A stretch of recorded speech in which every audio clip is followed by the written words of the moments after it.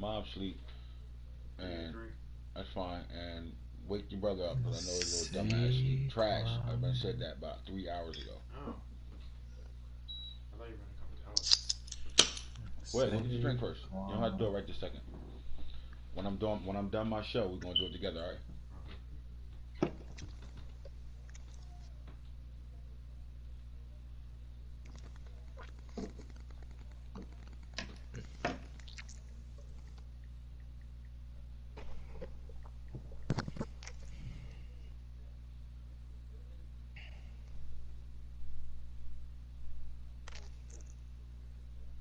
We live, baby.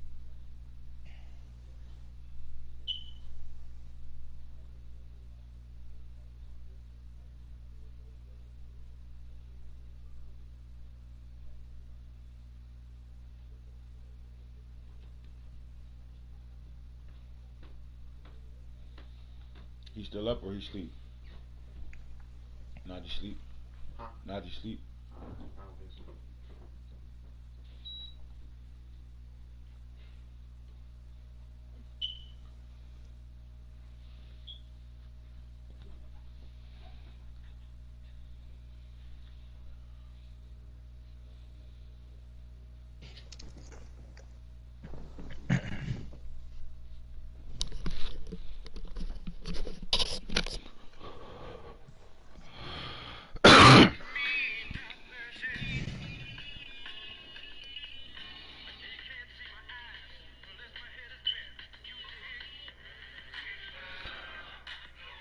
Late night.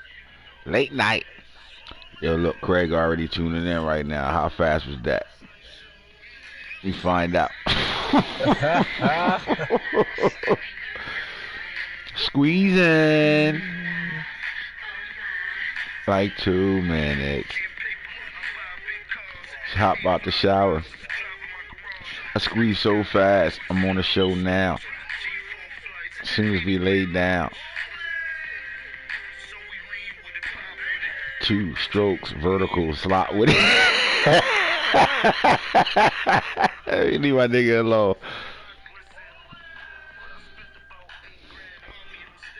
Doing the Ray dance.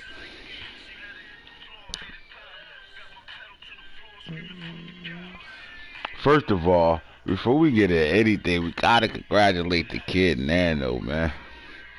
Congratulations on the super biggity, boy. This nigga went out there and represented for the AFC today. True. And the path wasn't easy, man. You went through the mighty Dolphins, the mighty Chargers, the mighty Ravens, and the mighty Cardinals to win yourself a Super Bowl. That's big games. Big time players make big time plays. And would you say J.K. Dobbins was the MVP of the playoffs for you? Definitely, yes. He was on a different level. Didn't matter the weather or nothing. That man went out and showed all. Showed out and showed off. How I feel though, man? First Super Bowl ever in our league. Feels good. I haven't been happier. It feels like it was the only like real thing that was actually missed. Like it was the missing piece to like the puzzle. But like now that I won it, like I'm hungry, like even more hungrier to get to another one and win another one. You know what I mean? I was done in about 10 minutes. Whole. It was straight to it. Laugh out loud. I feel you, bro. I came down faster than that. I'm like, you did all that to make me lay down just to motherfucking get right up. Fuck out of here. Yep. Should have made me wait. Whew, man. But again, man, I mean, that path, bro, like, I mean, if the Dolphins been in your way, he been a headache to you in your division. You was able to win that game in the wild card round. Then in the divisional round, you went into, and then you was on a roll all your games. Yeah, I was the road team for all my games. I mean, outside of the 7th seed, you was the 6th seed. You know what I mean? Being one of the lower seeds, bro. She said I might hop back on. She already passed out. He's terrible, bro. Oh, Swear to Dead God, ass. Eric would have been like, the fuck? Tell me to lay down for that shit. And I'm like, yep. And I'm like, yep, I'll at you in a little bit. Fix me a sandwich. Yeah, but man, I mean that path was serious though, bro. That path was very serious. Being on the road Warriors, man. New England did what they think, man. Brought that thing back home to racist ass Boston. Mhm. Really good defense. You played bend but don't break defense throughout the entire playoffs. You got the big stops when you need it and made the big plays offensively when you need it, man. That's a recipe of getting there, doing that. You know what I mean? Yes, sir. So let's talk a little bit about the hunger. You said like just winning one put more hunger in you. Yeah, I just want to get back there again. Like I just want to work even harder and get back there again and just add to my trophy case now. It just feels Wow. good to lock in and win one finally. Like I've been working at it since I really joined the league. Like I've been making the playoffs consistently. And like I've won a couple games here and there in the playoffs, and I've lost a couple of championship games. I've always gotten knocked out sometimes in the wild card, the divisional round. So now that I finally won one, I want to get back again. That's the sound of a champion, my boy. Congratulations, man, because I was right there through all that hard work, man. So I saw it Thanks, bro. firsthand. And it's well deserved, bro. So congratulations to you, man. And Thank keep you. working to continue to, you know what I mean? Keep growing and keep doing that Yes, thing. sir. Real talk. So then we get into a draft, Landis. The day went kind of fast, so we top right into the draft. And what I want to do is, it's late night, so I will not, go ham on this and go make it a super long one where I'm just on every team smoking. But I want to talk about potential, and I want to talk about divisions and rises and things that I think we're going to see throughout the regular season of week 5. I mean, yeah, the regular season of week 5. We're going to see some things right now. So when you look at the AFC North, Ravens, Browns, Bengals, Steelers. All right, so I mean, with the Steelers, we have an active situation going on. Although I do think the coach can play when he is playing. So that's something that we're going to be paying attention to going forward. If we're even going to sit there and let that be 7 computer games or play or replace it. Circle Bob, I had a talk with him. Work schedule was picked up a little bit, but he should be on deck for season 5. And I do think that'll give us a 3-team conversation over here. But I do think the real battle is going to always be right now between the Browns and the Ravens right now. And I think that battle was close. Last year what we saw was you saw the Browns team that was unmanned for almost a season and a half. And then you saw the new coach come and take this team and still has to make the iron things out and make the team his. He has a really good roster. Defensively, I think they're all the way where they need to be at. Offensively, I think they're very young from quarterback to the receiver positions. They're one steady pieces of Nick Chubb. I would like to see what this team does with Nick Chubb going forward. Before his time runs out, is this going to be a situation where they allow Nick Chubb to pretty much man their offense with that passing game they do have once they get the quarterback in play and to understanding their system. And then that tight end that they drafted overall one, we didn't really get to see him last year. One of the first times we saw a number 1 pick really not play as much as we thought he would. The one piece that team needed, they went and got it, but they kind of redshirted him. If you really think about it, we really didn't see or hear from that kid all year. Let me ask you, Nano, did you find that weird that he didn't play him? I didn't. I kind of understood what he was doing, and I think if he was doing what I think he was doing, I kind of understood it. Um, Mhm. but at the same time, I mean, that was the number 1 pick in the draft, bro, and he was well worth it. But did we just look at speed and say he was well worth it, or was he really ready to play? I mean, there's a difference between playing tight end and just being fast, and or being a tight end that's a complete tight end that could do a lot what he need that tight end to do, because he played Hooper more than he played him at all. So at right this point he's 83 overall. And at this point he didn't even unlock all Could his be, boxes, right? yeah. So I probably, honestly, I probably would have like. I don't know if like. We know the coach like he likes his tight ends. I probably would have tried to get him on the field a little bit more. I don't know if it like he didn't develop him properly. He probably didn't really snap use him like in all situations on the field. Maybe I'm not sure. I probably would have started him even in like I'm guessing like I saw Hooper on the field for majority of his games, to be honest hmm with you. me too. So he wasn't really starting the rookie, which I thought he would have because what did he have like the second overall pick Nah, he went number one. or number one last year? Yeah, so I probably like if you're gonna take somebody in the first round, number one pick, they have to get on the field right away, in my I opinion. I don't think he has to get on the field right away, although I would have played him right away. Yeah, well, Um with that speed too, right? Like, and that's just that, the speed. He the coach that I know him to be, he needs a dog tight end. Hooper played that role for him. 69 catches, 749, and 5 touchdowns last year. He played that role for him, but you went out. How do I say it?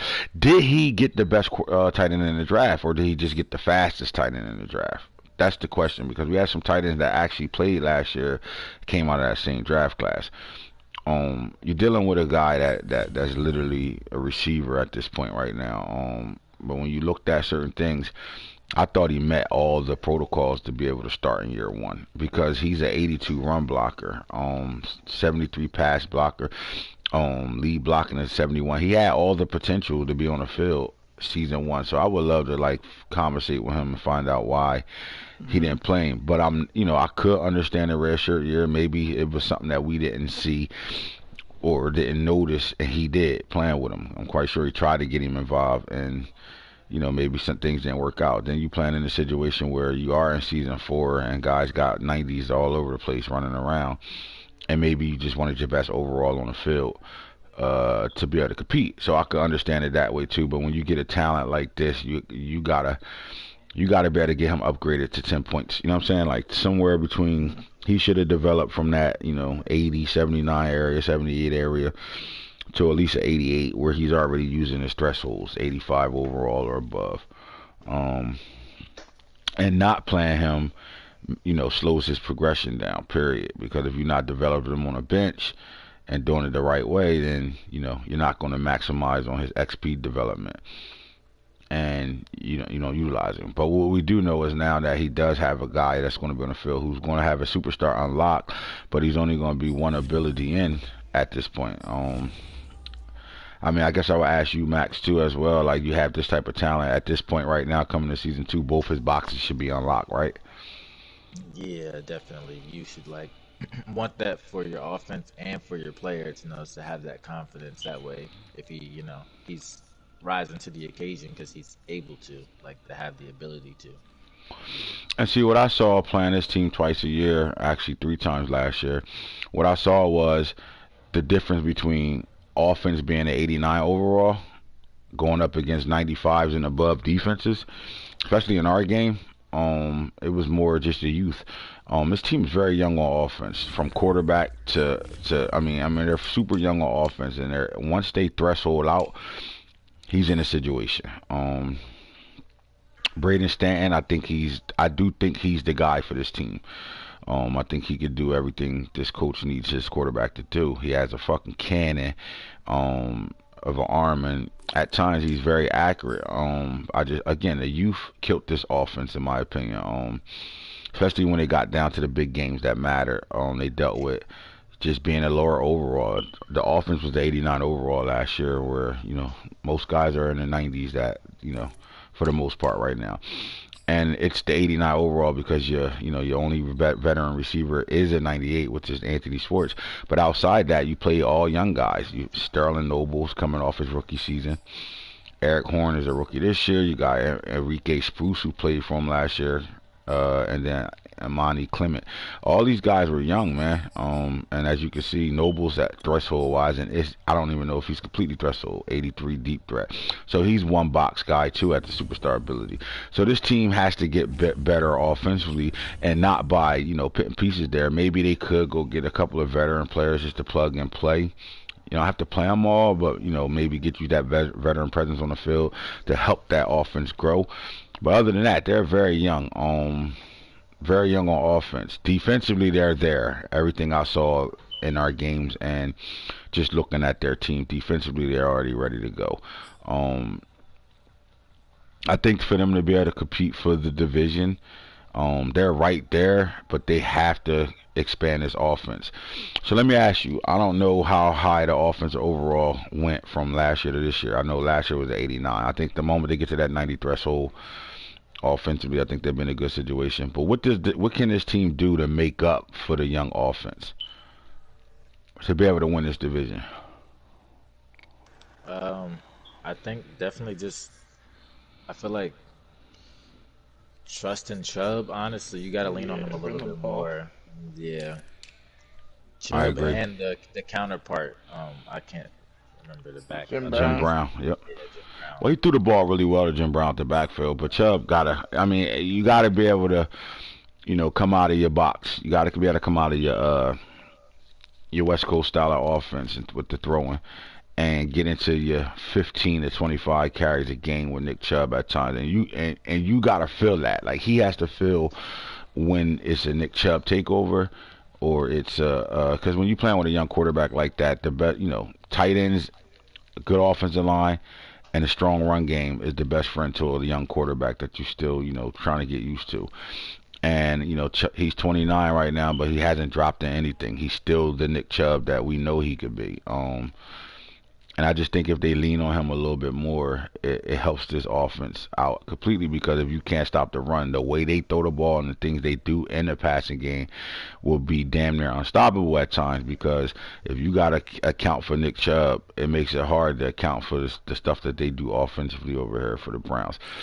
Now, weapon-wise, I'm not going to go through and find out what, maybe Nano, you can help me out. They picked up Eric Horn. 6'4", 225 pounds, 92 speed, 92 excel, 94 special catch. To me, I like this pick. I don't know if this was his first round pick or not. I'm not sure, but I don't mind this pick. I don't mind this pick, especially third round.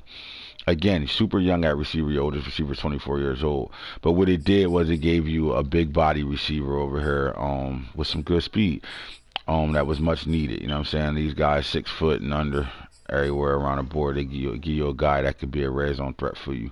A guy that can really be your number one if developed right. He's not gonna wow you with with blazing speed, but he also ain't slow to the point where, again, the league has gotten faster, but this doesn't kill you with a guy like this, especially at 225 pounds. You're dealing with a guy that's strong, big body guy that can break tackles and make things happen. I think if they can find the right group of receivers to have on the field and know where to put them at and really figure out fast what guys do what best, put them in those situations, and then find a way to get this tight end on the field. You got to get this tight end on the field. I think they're going to be in a good situation, but their success will come on how good this offense is developed this season. I like Brevin Jordan. I look like that's a free agency move. Brought him in the fold, so they kind of 3 deep at the tight end position. When we look at the line, they're pretty solid at left tackle. 2 superstars there. Not bad at left guard. No backup situation going on over here. They picked up Cameron Divins. Now, he was one of... I don't even think he was a center. I think he was a guard or something. But when you're looking at him, what we looking at? Are we looking at a superstar here? If they pick up a superstar, that's really solid. Be cool if I could stay out of going and checking for superstars and all that shit. Maybe you could do that for me. I'm here already now, though. So, yep, superstar. I believe he was a guard, maybe, I don't think he was a center. I think he moved him to center.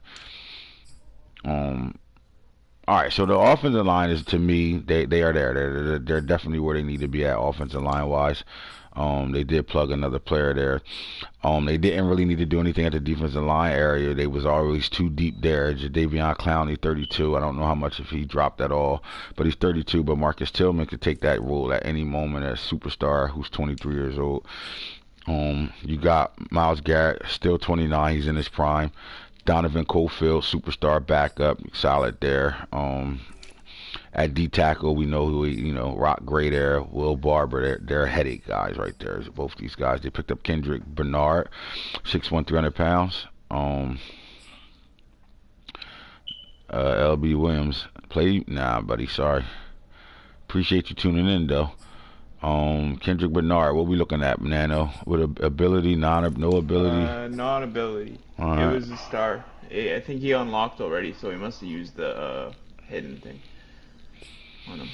All right, so they picked. I was going to say they could have used another linebacker, but they picked up Willie Gay from the Chiefs free agency. So it did address the linebacker position. Let's see if they address it through the draft. I do like Taquan Battle. He's continuing to become one of the better linebackers in the league. They picked up a rookie, Nick Daniels, 6'5", 240 from Tennessee. He got 94 hit power. This guy can hit. So on normal though, but this guy can hit. I think he'll probably be a special teams player for right now. Yes, sir. So they did address the linebacker through free agency and the draft.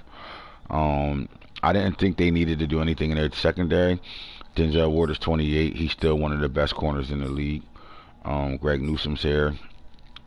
Gerald Collins. They got some good players. Jelani Glenn, 6'4", superstar. And then Greedy is still here. So they're kind of good at the secondary. I think that was their strength for their defense. That and the D-line. Same safeties in the building. Really didn't see too much of a pickup here. Deion Milstead, 6'2", 208. Another guy, I think that'll be a special teams guy. Outside of that, the majority of this team is still connected. And, one of the last things I talked about with Junior was just need that gel process to happen, especially offensively. Well, he kept all he didn't lose anything. His team is still together. They added a couple key pieces. With the team still together, you give them another season of gel. I think by the time they get in the playoff mode or the end of the season mode, this team can be right where he needed to be, somewhere between the 93 overall offense. And again, that defense is already good. Nano, this defense is really, really good from front to end, from the front four to the back four. It's really good.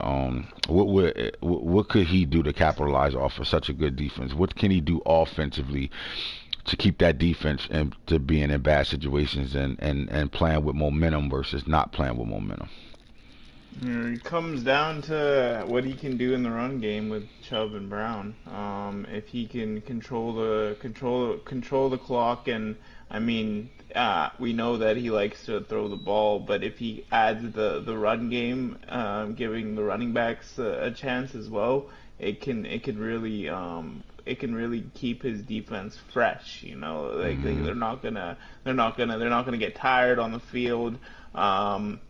Because they're gonna be fresh, because the offense is gonna be putting drives together, like 10, 12 play drives per se, right? So.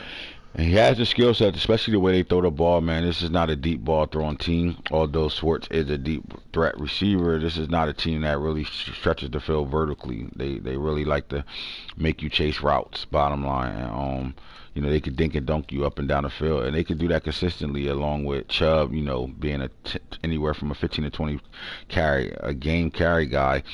It could change this offense. And again, if your defense is fresh, if they're playing through momentum and not against the momentum, meaning like you're not making them come back on the field off turnovers, and your offense is going 3 and out and punting, and they got to get right back on the field. If they're not playing that type of football, they're in a good situation, because this defense can really, really dominate a ball game for them. So I do like their chances going forward right now. We I would say the Ravens are still, the team to beat until somebody beats them in this division and takes the crown from them. They're still the division champs until you take it from them. But this team is, to me, the closest team doing it. again, if they didn't draft or participate in the draft or the offseason, I will not talk about the team. So out of them in the AFC North, you got the Browns and then the Baltimore Ravens. I think the Ravens just all they did was retool. They did get rid of Rashad Bateman at the receiver position. And that could be key. That's just why their offense dropped down to a 96, getting rid of a Bateman. But they had two guys from last year's draft that's pretty much ready to go. And Jello Griffin's ready. The problem is Pop Cribbs redshirted all last year. You're dealing with a kid 6'6", 221 who just went up in speed, 95, was 94, 94, 93 special catching and 97 special catch. The question with him will be, you know, is he a number one receiver? Can he be a number one? And if they can put him on the field at one, then they can do so much with the speed guys over there, Hollywood, Hannah, and Griffin. And it could put a lot of pressure on somebody's defense if they start doing the right things offensively, because this team really can line up and play smash mouth football with the best of them in the league. And then, you know, if they can get back when they're hitting on all cylinders, this team throws the ball with the best on the league. So my question would be, losing a Rashad Bateman, and, you know, you still got two receivers there that can, here we go with this shit. I got disconnected from the servers one sec. It did. The servers it just disconnected me from inactivity and shit. Yeah, me too. That's what inactivity. We're not going through this shit tonight, I promise you. Alright, but as far as the Baltimore Ravens, you know, this draft was a lot of guys that will probably be redshirted. Maybe two or three guys. I mean, the corner that got picked number 3 overall will play. But they won't ask him to have to start for them at all. But they'll work him in and play Hanif Anderson. We really like, you know, he's already, with our green arrows pointing up, he's the 84 overall already. And he's only 1 point under that. So he's the 83, 81, 81. So he'll hit threshold before, I say by week 8, he should be 85 across the board. If that happens, I thought I just unlocked his ass. I don't know why he's still locked. Hold up. He's an X Factor. X Factor. He's the number 2 player. The number 1 player in this draft was the wide receiver the Vikings got. He was the number 2 player on the board. I just unlocked him. Why the fuck he still locked? Mine did the same. I unlocked somebody and mine did the same thing. It said that it wasn't.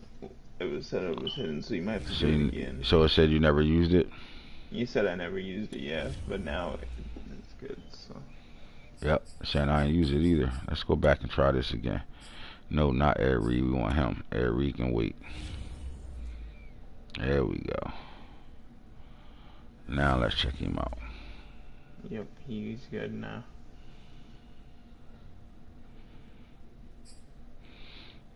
And that's what happened when you got staff points and you're using your shit.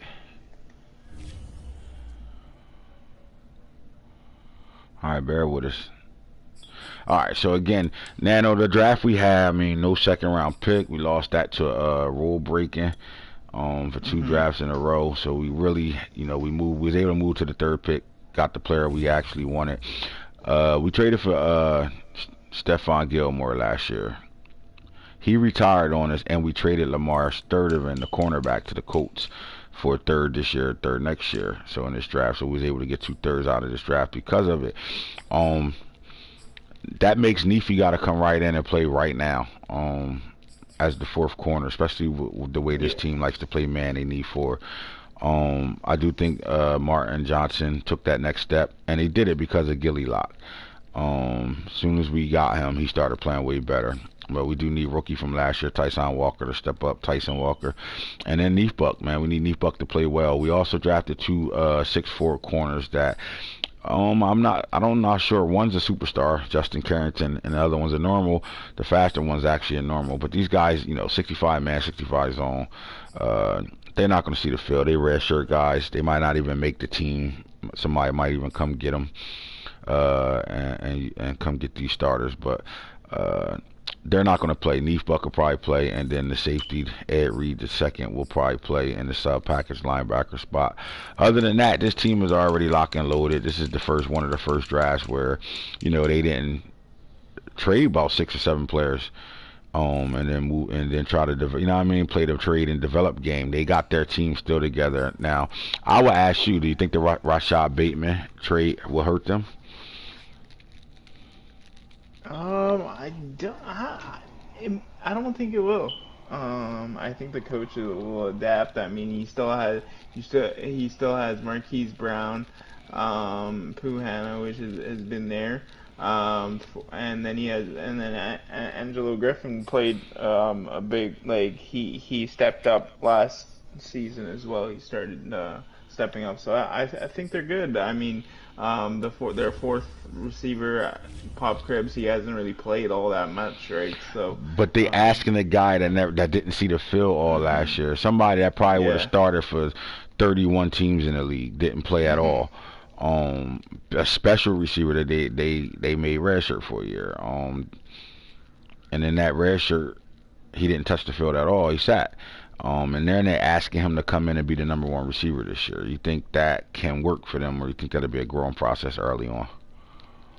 Early on, probably a growing process. Probably have to rely on Brown and Hannah to carry them for a little bit, and then until he gets used to the offense All right. and learns the offense. Well, I think he has a really good handle of the offense. The system is in play. What they're trying to do with him, I think, can be really special. Again, they do have enough receivers to be able to, you know, be comfortable on the field right now. Jello, I think Jello will hit. He 10 catches. That's all he had last year, but he had 6 touchdowns. So, I mean, that's pretty solid. hmm Not the production, the touchdowns towards the production he did have. The 10 catches he did catch, 6 of them was touchdowns, and he averaged 38.7 yards a catch. What that does is it tells you, stop worrying about Hollywood. They got another guy that can go yard at any moment. hmm Um, and then, you know, with Puhana being the guy, you know, the skill receiver, this guy, you know, catches the ball, make plays, route runner, possession catcher. He can go deep. He can do it all. You know, especially special with the ball in his hand after the catch. Um, and some would think I would move him to the number one, but we're not. We're not moving him to one at all. We want the kid Cribs to step up, and it's a project. But if we can do what we're trying to do, and the reason why we got rid of a Bateman and we really never did this with Bateman is because, you know, we're looking for that. I mean, this 6'6" receiver is 94 speed, 94 excel. He's already up to a 95 speed, already went up a speed jump now. We're not talking about, if you look through the league, most of the 6'6" guys at receiver aren't really burners like that. That's fast for a 6'6" guy. hmm Um, and especially with the skill set he has, the things he should be able to do, can really open up another side of this offense. To me, hasn't even been opened yet. I don't think the Ravens. You've seen the best Ravens football yet, um, at all. I don't know if that's due to coaching or whatever case may be, but we just haven't opened it up where you saw the best Raven football yet. But again, we're not asking rookies to make plays for us. We're asking guys in their second season to make plays, and I think that was the whole storyline of the Ravens this year. This draft, you know, plug and play pieces. No, this draft was, got 2 special guys, one from a trade, one from a draft pick. Actually, both of them came from trades to be able to get, 2 top 10 players on our team and the safety in the corner.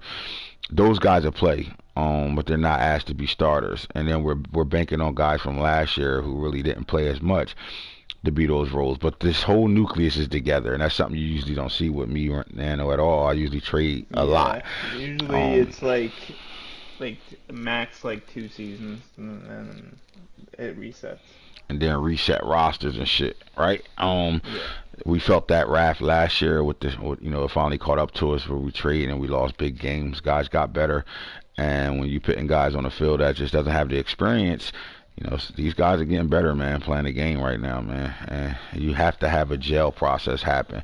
And you saw the Ravens struggle. We get 300 yards a game passing until that gel process happened. And then it wasn't, you really couldn't throw the ball anymore on them. It looked like, the year before Ravens team where they were number one on everything. Um, so we'll see, though. I do think that the Ravens are the defending champions, and I think they'll hold that until the Browns can show them that they can step up offensively. Because the Browns, I think that their scores end up their offense usually is the reason why they're losing. And I don't think they're losing because their defense can't stop nobody. I just think when you're not playing with momentum and other teams getting the momentum on you, then your defense can't stop anybody. And for that to happen, your offense hasn't clicked or been on the same situation. So in the same sense, the Ravens have a gel process at the receiver position, but they have enough guys that played enough football to be able to withstand that, and then they have a strong run presence just in case that doesn't gel the way they want it to gel right away. So when you look at this division, NFC North, it's between the Browns and the Ravens, and I think the Browns have something to say about that, but the Ravens are that team right now. In that division. That's what they did in the draft. A lot of their players will red shirt, really won't play some special teams and don't see the field for the most part.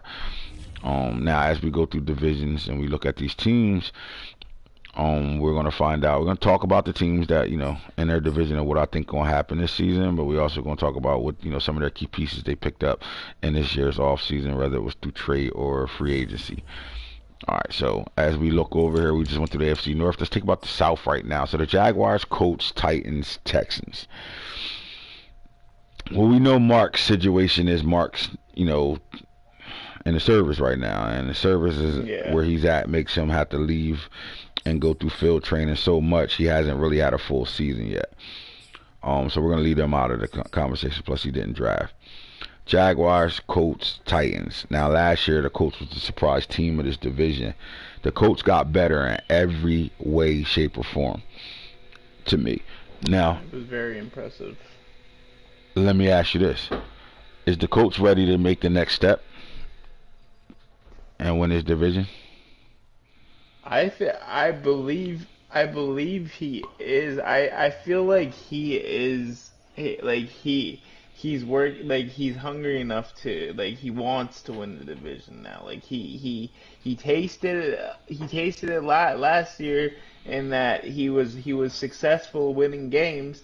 Now, can he translate those games that he lost in his division to wins? Because the losses that were in his division, they weren't he didn't get blown out by any of the teams. If I remember correctly, he played the Jaguars twice, and basically the Jags won by 3 points to 6 points both games. So I mean, he's right there. I couldn't have said that no better. I mean, that's exactly how you want to have this conversation. What it comes down to is this: can the Colts split with the Jaguars? They have to be able to split with the Jaguars, and in the process of splitting with the Jaguars, they have to be able to sweep the other two teams. Give me 2 seconds. Yeah. Mom, you all right, Mom? Yeah, my foot is... What, you ready to use the foot massage thing? All right, just let me know. I'll bring the more water in there for you when you set it up, okay? You need me to carry it in there for you? Yeah, let me clean this out first. All right, call me when you're ready, all right? All right.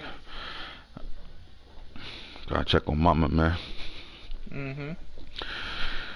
Definitely a process. But anyway, the Colts, back to what I'm saying.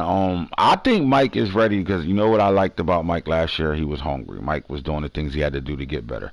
He worked hard on the field. He worked hard off the field and putting his team together.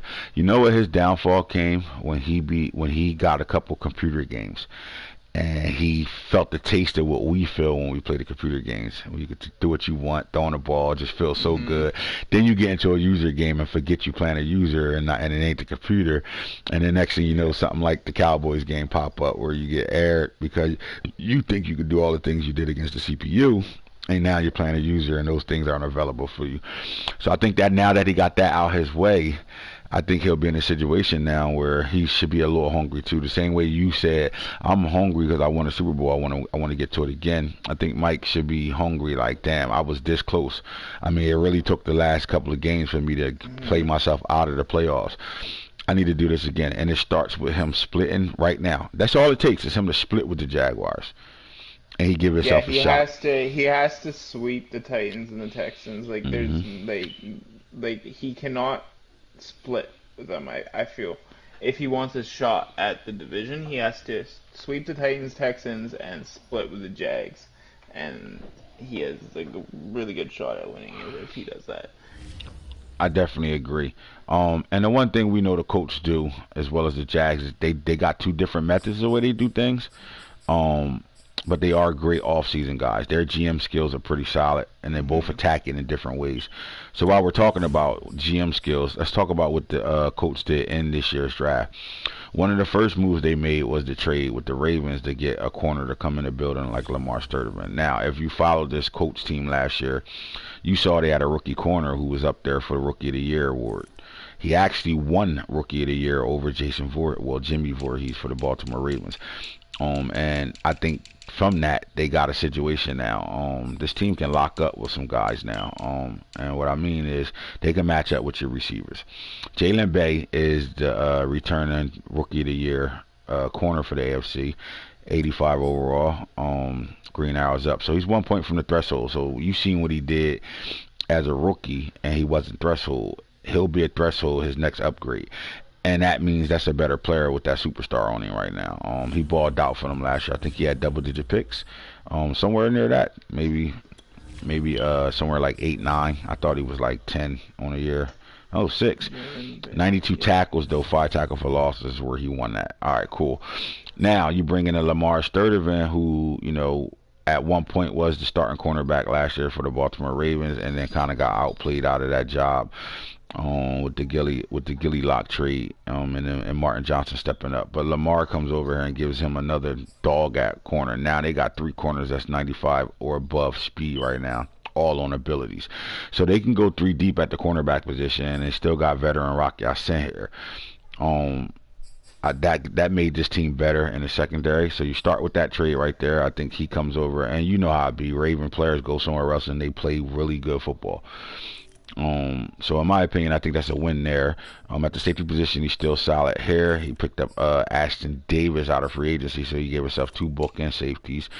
Deion Harris is a year older. Then they pick up Devin Ford. He'll never see the field for them. So when you look at pieces they got, they start right here first. The quarterback. The quarterback had a development grow last year. 90 threshold. He balled out last year.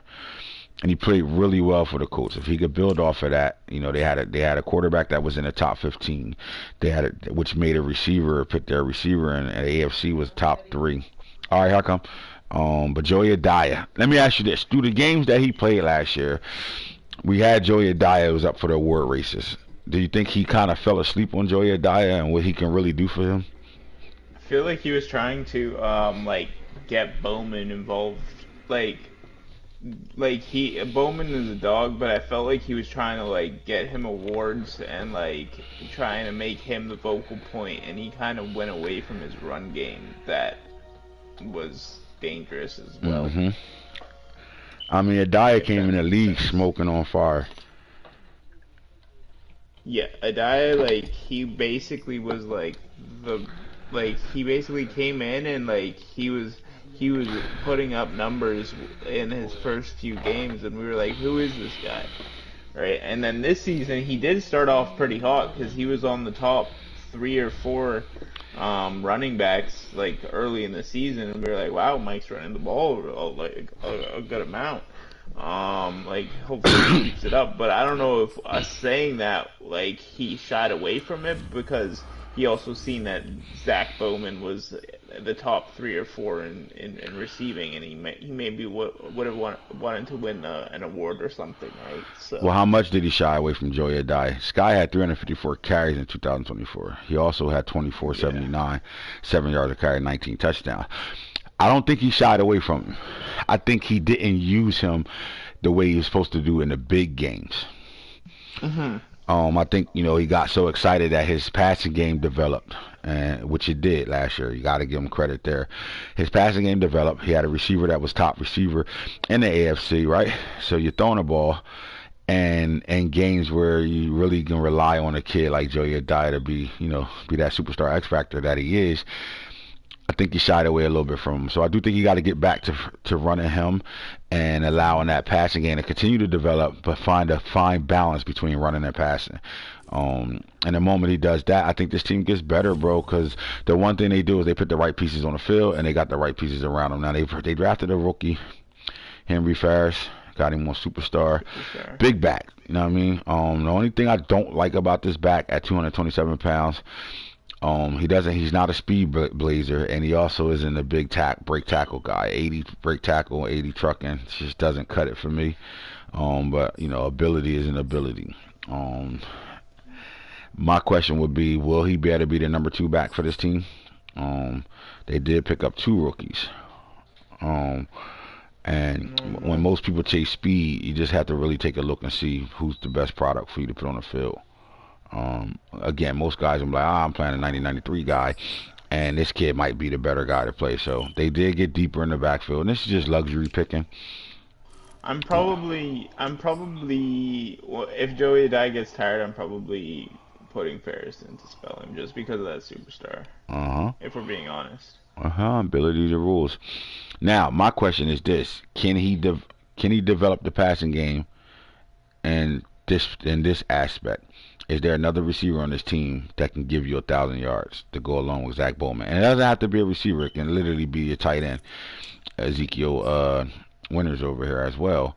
But my question is, can you bring another receiver up the same way you did Zach Bowman? Can you have Zach Bowman not have the same numbers but still be a 1,000-yard guy and double-digit touchdowns, and bring another guy up to close to 1,000 yards and maybe 10 touchdowns on a year? If he could do that, that means he's opening his offense up. I like Taj Davis.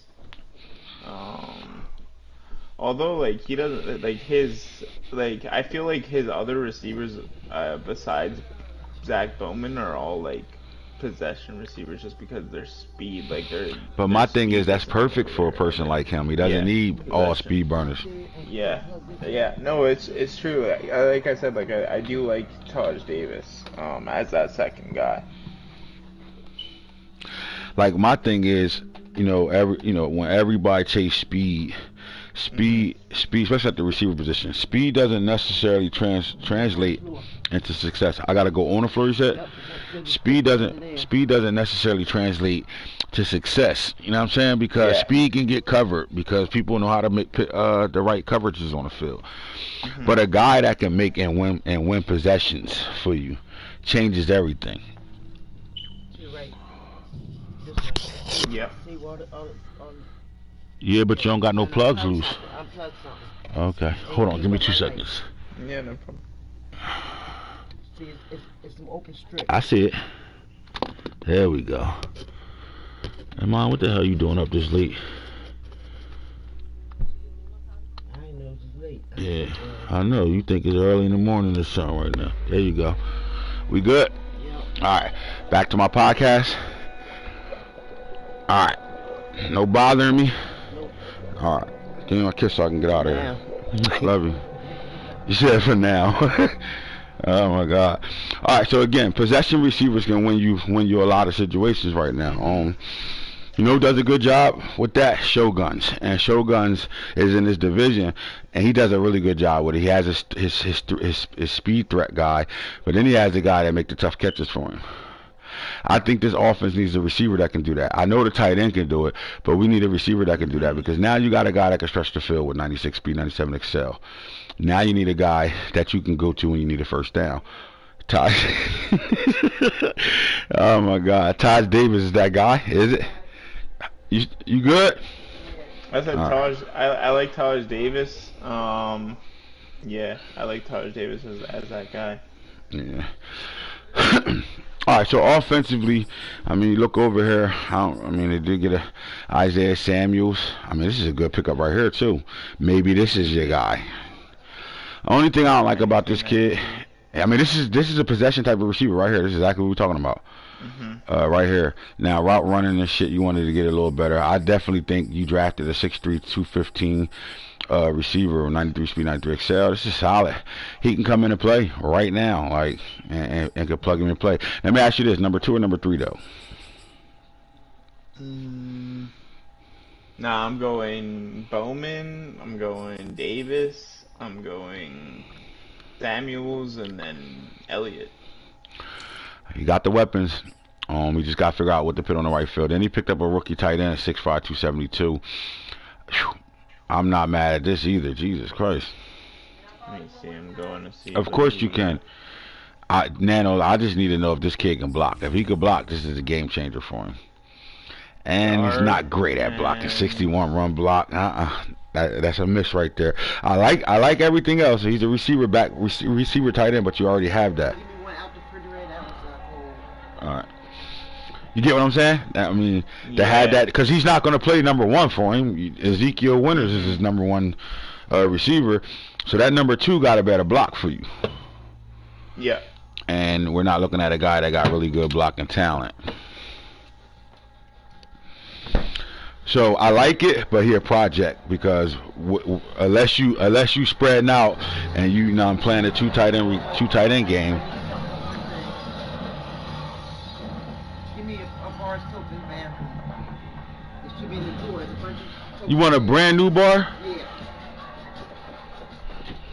Damn it. Get a brand new bar. God damn it. Well, I was getting a brand new bar because you blowing my shit now. Hey, that pink, man. Well, it is. Leave me the fuck alone. God damn. And you see. Now, how many times has that been? And we just on a podcast right now. How many times? Three. Boy, if you think that's the last time she about to need help, and guess what? That's what I'm here for now. All right, but again, back to what I was saying. Chris Ash can be an asset for him, but just not what I think he should be for him, which is a blocker. So then my thing would be, how do you use him? You're already a guy who's not great at using a ton of different players as weapons. Mike needs good play out of his quarterback. He needs really great play out of his running back, which he got. Which he got, and then he has a stud receiver now, right? And I think asking him to give us one more 1,000-yard receiver, two tight ends, that's not his game.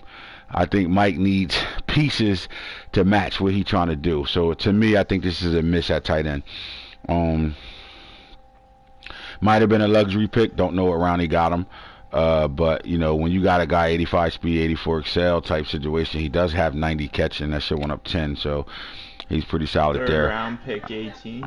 Yeah, you could drink Pepsi. Yep. I just think if this guy Third was a round blocking pick tight 18. end, cool. But if this was a blocking tight end, now we're talking Yeah. about what I'm saying, a little bit more special conversation right now. The line is still solid over at Quentin Nelson, still that man. Mahoney has moved to left tackle this time around. Braden is still at center. Jack Anderson can plug and play at any moment. Rookie Kyle Lewis, here we go, 84 overall, 6'6", 325 pounds. With the green arrows going. Mike's starting to get it. You see, he's using his stat points right. As you can see, with his lineman strength is a 99, and his green arrows up. So he's using the stat points right. He's starting to get it together over here. I like it. We got a bunch of superstars running around on that offensive line. That's going to help him with the run game. John Buchanan, solid there. Picked up Shaq Bonds, really good defensive end right here. I like this. Penn State, you're looking at a guy 6'6", 273, nice size, 87 speed, 89 excel. So he's a speed rusher. Although he does got to get better at the core stuff, block shedding, finesse move, and power moves. Need to get better there. Other than that, though, he's a dog. Quiddy Pay still here. Oh my gosh, Shaquem Teller. Nice little backups here, but Quiddy Pay's the guy there. D tackles. Buckner's still around. Now Buckner's 31. Javante Ball is in his second year. He's a superstar. 81, ready to replace. Let me ask you this: is he cool with these two? I think he's fine with Buckner and Ball right now. He's fine right now. Yeah, he's fine right now. Going into next season, I'd probably want to address it. Alright, so cool. So linebacker situation, Brian Wood still here. When you look at this team doesn't, and they picked up Cedric Kidd, and this was a great pick right here. Is this possibly the fastest linebacker to come out the draft? Yeah, I can Cedric Kidd, 90 speed, 90 excel. We can just go check this right now. We look at inside and outside. Let's go look at the young talent right now. 23, let's go. 21-year-olds. We got a 91, 89, 90, 90. Yeah, I mean, at the middle linebacker is looking like that thus far. 90, 91. Nah, he's too old. Ray Lewis. All right, yep. So he's the fastest middle linebacker. Let's look at outside linebacker. I want to see if he's the fastest linebacker in the draft out of the young boys. because that's a win, and he a superstar. TJ, do you know where the We don't see no. Nah, we don't see no fucking 90 speed outside linebackers out here from the rookie situation. The only Right one outside. that's like close is QB Killins, I guess. 89-93, but other than that, Yeah, nah, he won that. That's a good yeah. pick right there for him. To be able to get that type of speed on ability too, that's pretty solid right there. So that's a good pickup. Now, does this make him stronger at the linebacker or just overloaded at the linebacker? Because is enough if there's enough play time for these guys, you know what I'm saying? He's loaded. He got to figure out Yeah. who. I mean, we're not looking at. Well, I mean, you got JOK still here. You got Stringer from last year that's here. Kid can come in and play right away. He's going to have to play right away. And then Brian Woods. I like Wood. I like Wood, and then Stringer, Kid, and then JOK as my starters. Yeah, I like it. And then, again, they got stronger in the secondary, especially at the cornerback position. They can go 3 deep there. Their safeties, we already talked about that already. The Colts got better, bro. They got better. And the problem is, can they put the pieces together? They got a whole bunch of puzzle pieces. And the first way to start putting them together is to find out who's just starting 22. Right? And then who's just spells, who comes in after those 22. And if you could put that right together and put the right things on the field to be able to play your scheme the way you want to play your scheme offensively and defensively, I think they're in a better situation right now. Now, you know when you win, whether it's the second place schedule or first place schedule, your schedule changes and things get harder when you win. You're not coming from the 3rd or 4th seed. You're coming from the 2nd seed in your division right now, so you're going to play a second place schedule. Does that play a part in his success this year? I feel like he just has to take every game take every game as far as just as serious as you want your season to go, because I mean division games are one thing, but conference games are important as well. I don't think it matters to him in the second place schedule. What matters is 2 things: winning your division games, and then you have to win 1 or 2 more games than the Jaguars win outside of their division. Lately, the Jaguars have been 11 to 12 wins every year lately. So, for him to be able to, win this division, he has to sweep. I think he has to sweep. I don't think he can split, because I think the Jaguars will still win a game that we're not expecting him to win, and Mike won't win that game, and that's the difference right now. When it comes down to the 2, the Jaguars are here, but my question is this: will they ever get over the playoff hump to be able to make a run like you made, or to even get to an AFC Championship game? Because they get into the divisional round, right? But they've been the 4th seed every year. For them to take that next step, do we put it on Trevor Lawrence? Yeah, definitely. Because the run game is there. Can he do a little bit more in the pass game? I mean, they have possibly one of the top 3 running back in the league. Simple as that. That's no discussion. They have the one of the best running backs in the league. We know that for sure, and they have a monster offensive line. So those 2 things work in their favor. But I do think Trevor Lawrence has to be able to show that he can win some games. I need to see them win with Trevor Lawrence throwing 3 touchdowns, 1 pick, 4 touchdowns, 2 picks, shit like that. 300-yard game, and in those games that he win, Travis Etienne, maybe 130 yards, 15 carries versus 38 carries, 300 yards. You know what I'm saying? I need to see Trevor win a game for this team. And the moment he can win a game for Trevor can win a game for this team, I do think they take that next step. And I'm talking playoffs. Next step being able to play in a championship game, or move on from that divisional round and get to maybe even get to a Super Bowl. If they can make that step with that quarterback. And that's how important it is for them to develop their quarterback. Now, what they did do is they went and got the weapons for the, they lose a Diggs, and they bring in a Rashad Bateman. Now you're dealing with Eskridge over here, Bateman over here. They got the speed at receiver. They got guys that can stretch the field for sure. And then they got dogs with Chark and Rashad Bateman right now. Now they got the weapons over here.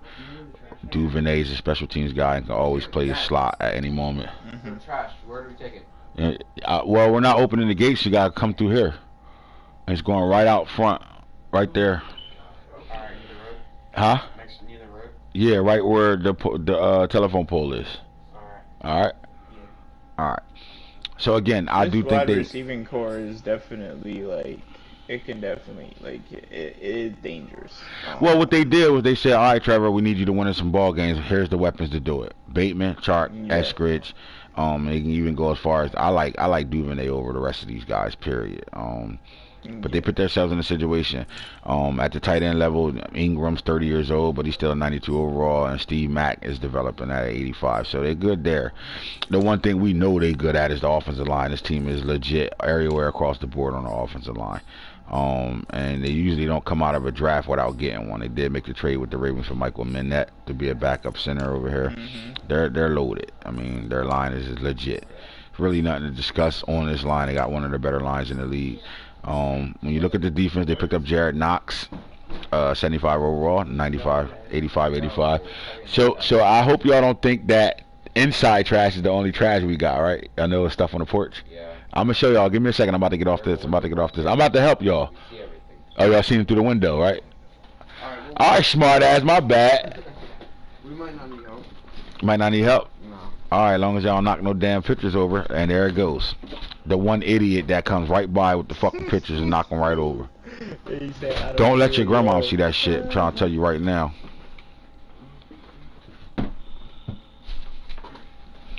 Jesus. All right, so they pick up a rookie to better help out here. You know, Josh Allen is 28 years old. They do got a backup they can mold. I don't think he's going to play, but they can mold him. This Yeah. defensive line got better with Justin Smith, and they got a D tackle that does a really good job, and Chuck Smith fourth. So they good. They got two good D tackles, solid as shit right now. Linebacker Miles Jack getting up there in age, but he's still a 94 overall. Queen is a man. Keandre Jones, solid speed, 80 overall, still developing at 27 years old. Dylan Moses is a superstar, and he's a hitter. And the secondary, you know, they got better. Sean Wade from last year's trade, that made them a monster in the secondary, hard to throw on. All right, so then they go pick up Tavarius Holmen, a rookie, 81 overall, 92 speed, 94 excel. They still got some pieces over here. So, like, to me, they just deep in the secondary. They can literally, if injuries plague them at all, they can go deep at their cornerback position. Mhm. And they completely are loaded at safety as well from Julian Blackman. They got the Black Knight over here, Deshaun Elliott. They got really good speed at safety as well. Malik Hooker's here. And then you still got Andre Cisco, who's a monster, 95 overall. I do think this is the cream of the crop of the AFC South. But I do think Mike can really make a statement again this year and push this team. And I think as long as Mike is completely getting better, that the Jaguars can't just sit comfortably knowing that they're going to win their division. No matter what else they do, they know they're going to win their division and they'll have the fourth seed.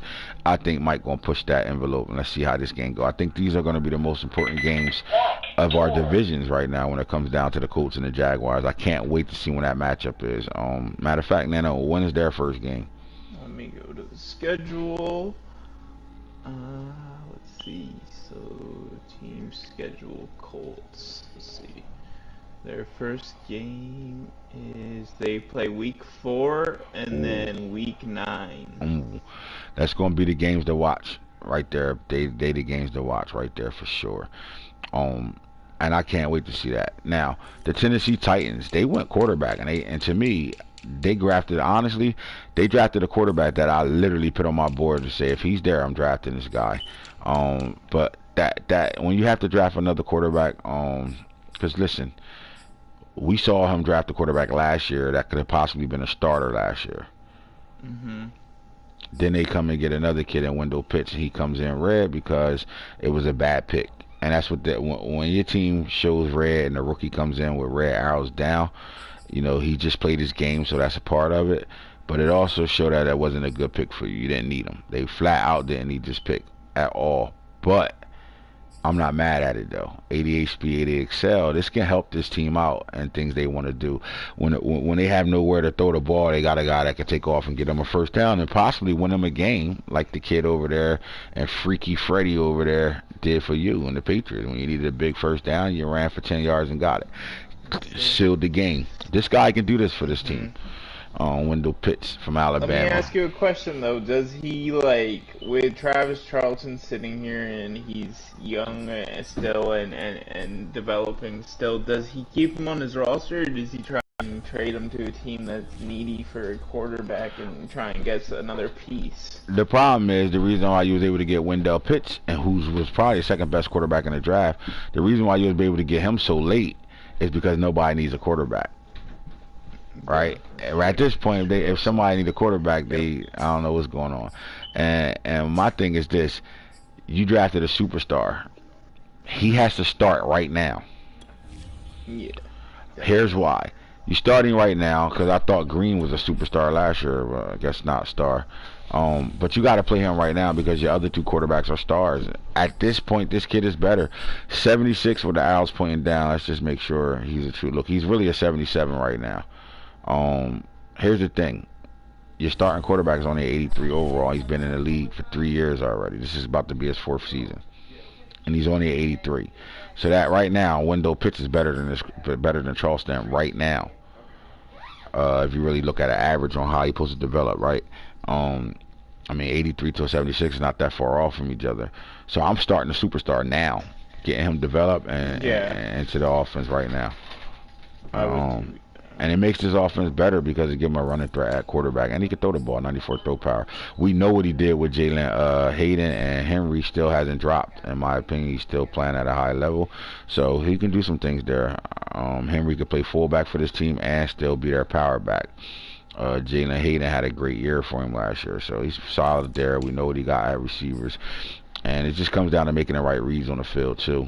But it's really no real burning speed over there. Yeah, they're all fairly possession receivers. But my thing is this: I do think they need speed. They got to go get themselves a 95 or above speed receiver. They have to. They need to make a trade right now and go get themselves somebody that can run. Because just being able to stretch the field, if this team was exotic smash mouth like they're supposed to be, this will be a really good offense. Because you don't need, I mean, you do need a speed burner, but he got a bunch of possession receivers that can run routes. And if that run game is clicking and he run the ball, like honestly, bro, we should be looking at him like the Cowboys play.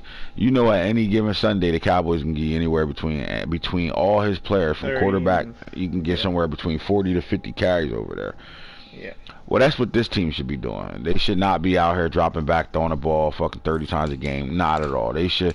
Their quarterback should come out of the game 9 for 12, 10 for 11. Shit like I mean, I'm talking about safe, quick passes. You know, just to keep people honest. Like that's it. Simple as that. Take one at a time. Not. There's too much shit over here to be trying. You know what I mean? And I think that'll make this team. I'm trying to see who started because he played this game already. He played the rook. He played the rook. He did play the rook. Yeah, he did play the rook. Stats. Let me go see. In his first game, 1 touchdown, 1 interception, or 1 touchdown, 3 interceptions. Sorry, 6 for 16, 37%. Right. Alright, so this is my thing. I don't even think in this first game he should have. See, and it's hard because guys are playing a video game and they want to have fun playing it. They want to throw the ball. They want to do some. But I mean, at this point, you should be wanting to win games right now. You're in a division that you should be able to compete for. And to do that, you really need to use your offense. But what he did do is he went offensive line heavy this draft. I do think it was a draft not too late, but he should have did that last year. Went heavy on the line after he drafted that running back. But I think he getting the line together over there, and they're gonna better do some things through the run game. And honestly, he should, put himself between 10 passes a game right now and just run the fuck out of that football, and allow other guys to make mistakes. I mean, look, it worked out for you. Yeah. I feel like if he, like you said before, like if he can pass the ball effectively within 10 to 12 times in a game, and not control the ball as far as his run game goes, then he'll be successful. Very And successful. he can definitely, if we're talking within the division as well, he can definitely win some games in the division too if he does that, for sure. Well, he got the Jaguars, who's built like a balanced football team that could throw and run, right? They're built like that, but yet they stay coming through winning their games with 30 carries. and he has the backfield to do it. He don't just have one; he has two of them that can literally do it and carry the ball. And between those two running backs, I mean, Derrick Henry should still be getting the ball 15 times easy. And then Hayden should get the ball 15. I mean, you should be 30, 35 carries a game, no matter what. And then throw when you have to. And the moment you train yourself to do that, you'll be better off, because now you'll start calling passing plays that are high percentage pass plays because it's coming off the run. VI Patriots, VI Bucks. You know what I'm saying? Like, you have to kind of take those type of traits and go and move forward that way. You can't come out here, line up, spread everybody out, throw the ball all over the park, throw all picks, and then try to play the game, because your momentum is going to be terrible, and then you're going to throw 41.4 QB rating, 103 yards, 3 interceptions to 1 touchdown with a 37% QB completion. Yeah, and then you if can he change does that, that. he does that for like the first 5-6 weeks. By week 7, everybody's in red, and it's really hard to get out of it. Hard to get out of it. Simple as that. All right, so we're going to end this one with this. I'll be back on in the morning. Good shit, Nano. I appreciate you on deck with me tonight. Sir. Congratulations on your Super Bowl. We will give you a personal interview tomorrow on a real talk. And we'll start talking about that. And we're going to get through the rest of these teams, because there's a lot of teams that I want to talk about, which is pretty much the whole league. But the divisions, I think they're starting to get a little bit more interesting. Last year, while we got to like week 16, week 17, there was only a 1-game lead through most of the divisions. So that tells you that it's a balanced divisional league. And we need to talk about it. And even your division is about to be a little bit more interesting, because Hoodie's going to have a full season under his belt. Yep. So things get interesting over there, man. Yes, All right, so AntHits the franchise guru, balling with the guru. You already know how we do it. Super Bowl champ Nano on deck, and we out there. Holla at us.